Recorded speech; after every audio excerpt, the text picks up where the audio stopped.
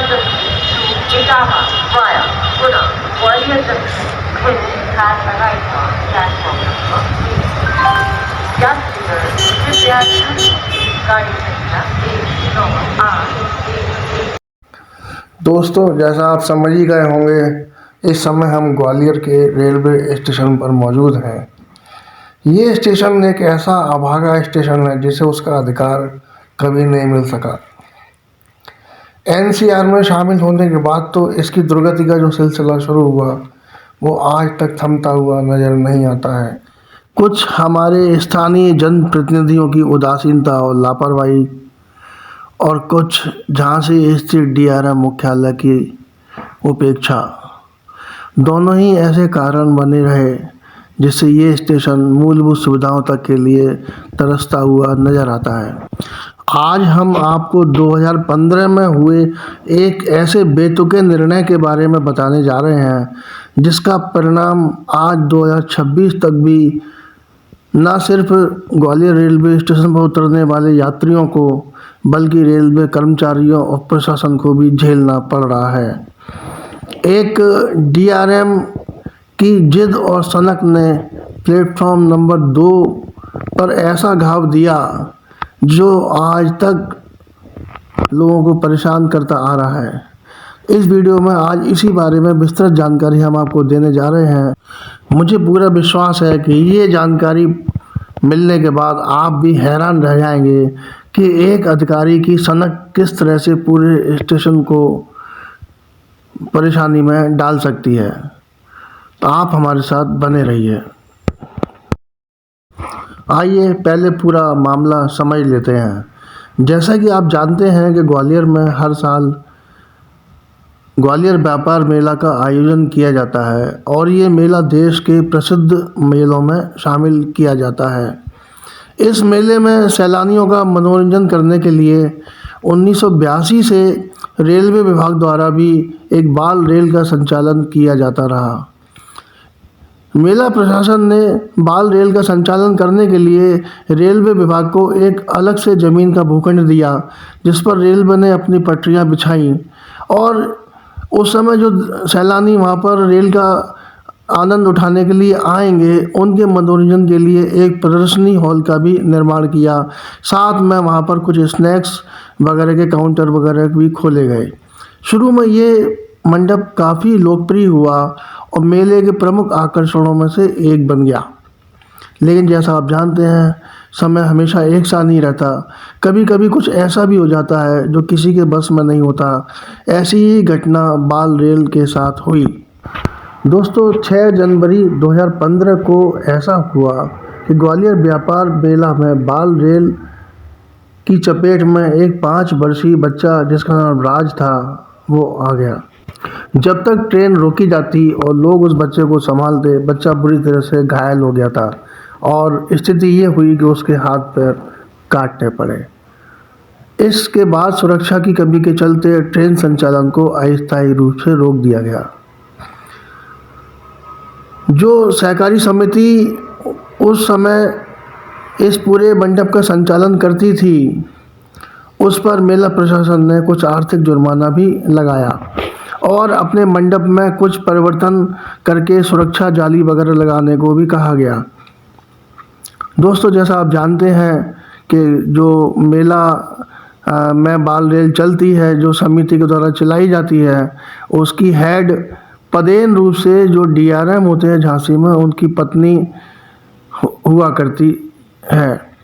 तो निश्चित रूप से हुआ ये कि वो जो जुर्माना था वो तत्कालीन डीआरएम साहब की पत्नी को भरना पड़ा। ये बात तत्कालीन डीआरएम साहब को बिल्कुल भी गवारा नहीं हुई और उन्होंने इसे अपनी प्रतिष्ठा का प्रश्न बना लिया। दोस्तों, यही वो समय था जब ग्वालियर में प्लेटफॉर्म नंबर 2 और 3 के विस्तार पर काम चल रहा था और आगरा एंड की ओर इसे बढ़ाए जाने पर कार्रवाई चल रही थी। प्लेटफॉर्म नंबर 3 को तो ठीक तरह से एक्सटेंड कर दिया गया, पर बीच में पड़ने वाले रेलवे के एक छोटे पुल के खंभे का बहाना लेकर प्लेटफॉर्म नंबर 2 के डिज़ाइन में ऐसा परिवर्तन कर दिया गया जो उस समय से लेकर आज तक सरासर बेतुका और बेवकूफ़ाना कहा जा सकता है। उसकी वजह से ट्रेन यात्रियों को किन किन परेशानियों का सामना करना पड़ता है, इसका एक लाइव वीडियो हम आपको यहाँ झांसी बांद्रा ट्रेन के आगमन के समय का दिखाने के लिए यहाँ पर आए हैं। आप अपनी आंखों से देख सकते हैं कि प्लेटफॉर्म के अधूरे विस्तार की वजह से रोज़ आने वाली ट्रेनों के यात्रियों को, ख़ास तौर से जो आगे के डिब्बों में बैठते हैं, कितनी परेशानियों का सामना करना पड़ता है। न सिर्फ यात्रियों को बल्कि रेल प्रशासन को भी और उनके कर्मचारियों को भी अब सामान उतारने चढ़ाने वगैरह क्रियाएं करने में किन किन दिक्कतों का सामना करना पड़ सकता है, इसके दुर्लभ नज़ारे हम आपके लिए लेकर आए हैं। आइए पहले हम उन नज़ारों को देखते हैं। जैसा कि आप खुद देख पा रहे हैं कि पुरुष यात्री तो छोड़िए, महिला यात्रियों को भी चढ़ने में कितनी तकलीफ़ का सामना करना पड़ रहा है। ऐसा लग रहा है कि कोई गांव देहात का रेलवे स्टेशन है और यहाँ से यात्री बमुश्किल अपनी जगह बनाने के लिए चढ़ रहे हैं। देखिए किस तरह से सामान, ना सिर्फ यात्री बल्कि जो गार्ड साहब की पेटी होती है उसको भी उतारने के लिए क्या जुगाड़ लगाई जा रही है, आप देखेंगे तो वास्तव में दंग रह जाएंगे। ये देखिए लोग आते जा रहे हैं और बोगी में जगह है, लेकिन लोगों को चढ़ने में बहुत ही परेशानी का सामना करना पड़ रहा है। प्लेटफॉर्म नाम की कोई चीज़ यहाँ पर दिखाई नहीं दे रही है। बिल्कुल किसी छोटे से गांव का कोई एक स्टेशन हो उस तरह की यहाँ व्यवस्था दिख रही है। देखिए पेटी वालों को भी कितनी मेहनत से पेटी यहाँ लेकर और गार्ड साहब के डिब्बे में रखनी पड़ रही है। आप अपनी आंखों से खुद देख सकते हैं। अगर प्लेटफॉर्म होता तो ना यात्रियों को ये परेशानी हो रही होती और ना ही पेटी वालों को परेशानी हो रही होती। पर क्या किया जाए, एक संघीय डीआरएम साहब के बेतुके निर्णय की वजह से इतने साल से लोग भुगतते चले आ रहे हैं, भुगतने के लिए मजबूर हैं।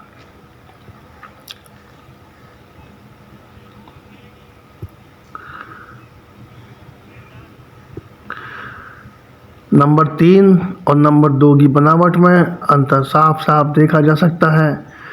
नंबर 3 पूरी तरह से एक्सटेंडेड है, पर नंबर 2 को सामने जो पुल देख रहे हैं उसके खम्भों के जस्ट बाद से एकदम अधूरा छोड़ा हुआ है। अरे अगर खम्भों की बात भी थी तो खम्भों के पास 6 या 8 फुट जगह छोड़ के बाकी सब जगह तो प्लेटफॉर्म को चौड़ाई में बढ़ाया जा सकता था, लेकिन पता नहीं क्यों इसको इस तरह से विकलांग कोटि में डाल दिया गया है। कुछ और नज़ारे देखते हैं अपनी आंखों से। देखिए आदमियों को उतरते समय कितनी परेशानी, खुद गार्ड साहब को भी किस तरह से उसमें चढ़ना पड़ा, आपने खुद देखा। लोको रनिंग स्टाफ को भी इंजन को डिटैच करने की प्रक्रिया नीचे ज़मीन पर खड़े होकर करानी पड़ रही है। गार्ड साहब भी टेल लैंप लगाने के लिए अपनी बोगी से नीचे पटरी पर उतरकर आने के लिए मजबूर हैं। आइए अब पार्सल विभाग वाले कर्मचारियों की मजबूरी भी समझते हैं। आप अपनी आंखों से खुद देख सकते हैं कि प्लेटफॉर्म प्रॉपरली चौड़ा न होने की वजह से पार्सल चढ़ाने और उतारने वालों को किन परेशानियों का सामना करना पड़ता है। यात्री तो यात्री, पार्सल कर्मचारी भी पहले प्लेटफॉर्म के किनारे पर सामान को ले जाएंगे, फिर नीचे उतारेंगे और उसके बाद ले जाकर ऊपर पार्सल बोगी में उसको चढ़ाएंगे। अगर प्लेटफॉर्म की चौड़ाई प्रॉपर होती तो क्या लोगो पायलट, क्या शंटिंग स्टाफ, क्या गार्ड साहब और क्या पार्सल बॉयज़, इन सबको इन परेशानियों का सामना करना पड़ता। और लगे हाथों यात्रियों की भी बात कर ली जाए कि क्या इन यात्रियों को इस तरह से सर्कस की तरह चढ़ना उतरना पड़ता। बिल्कुल नहीं, लेकिन क्या किया जाए, एक तुगलकी निर्णय ने इतने सारे लोगों को परेशान किया हुआ है और किसी का भी ध्यान इस समस्या को हल करने की तरफ बिल्कुल भी नहीं जा रहा है। अभी आप देखेंगे ख़ास तौर से जब पार्सल कोच का गेट बंद करने का समय आता है तो कितना शानदार नज़ारा देखने के लिए मिलता है। एक आदमी नीचे से कंधा लगा रहा है, तब दूसरा आदमी वहाँ पर पार्सल गेट को बंद कर पा रहा है। वास्तव में बहुत ही अद्भुत नज़ारे हैं और बहुत ही दुखद भी हैं, लेकिन क्या किया जा सकता है सिवाय इसके कि जल्दी ही ये व्यवस्था ठीक होगी, ऐसी कामना की जाए। दोस्तों, इस वीडियो के बारे में आपकी क्या राय है हमें ज़रूर बताइएगा। इसी तरह का चुभता हुआ कोई प्रश्न लेकर हम जल्दी ही आपकी सेवा में फिर उपस्थित होंगे। तब तक के लिए हमें आज्ञा दीजिए। नमस्कार।